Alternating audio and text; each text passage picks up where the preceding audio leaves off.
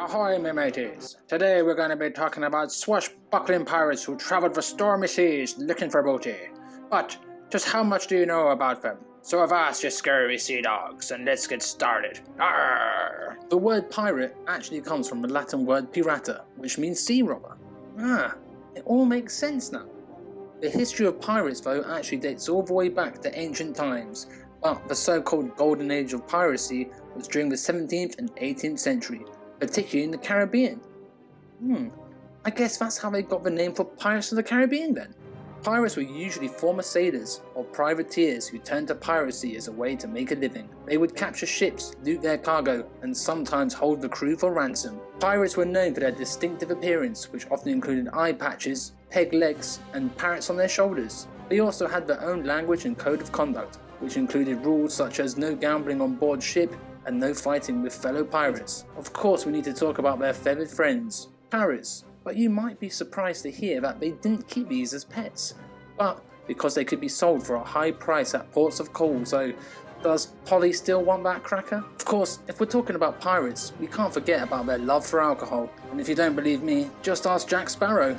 Why is the rum gone? One of the most famous pirates was Blackbeard, whose real name was Edward Teach. He was known for his fierce appearance, with a long black beard which he lit on fire during battles to scare his enemies, and smoking fuses in his hair.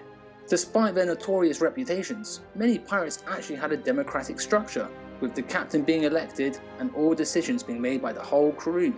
Wow, sounds way better than most governments we have today. Pirates were very superstitious. They didn't allow whistling on board, as was believed to bring bad luck. They also didn't allow women on board, but that isn't to say that all pirates were men. For example, some famous pirates like Anne Bonny and Mary Read disguised themselves as men to join the pirate crew. When we think of pirates today, we all picture the Jolly Roger flag with its skull and crossbones design. But did you know that they would often use false flags to trick their victims? They would fly a flag of a friendly nation to get close to the ship before revealing their true evil intentions. One of the most popular forms of punishments was walking the plank, where prisoners were forced to jump overboard. Pirates were also known for their love of treasure, but they didn't always bury it. In fact, many pirates spent their loot as soon as they got it. For example, if I was a pirate, I'd be buying a PlayStation 5 straight away. When we think of pirates, we often think of big, strong men who weren't particularly very smart. But this couldn't be any further from the truth. In fact, many pirates were multilingual, as they needed to communicate with crew members from different countries.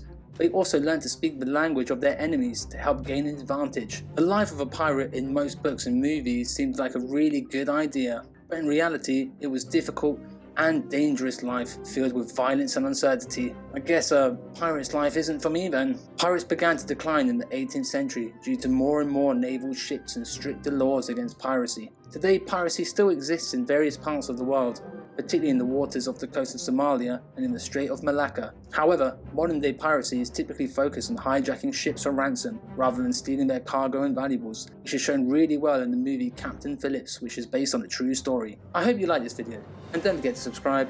It's free and it helps us a lot. Till next time, thanks for watching, and I hope you have a lovely day.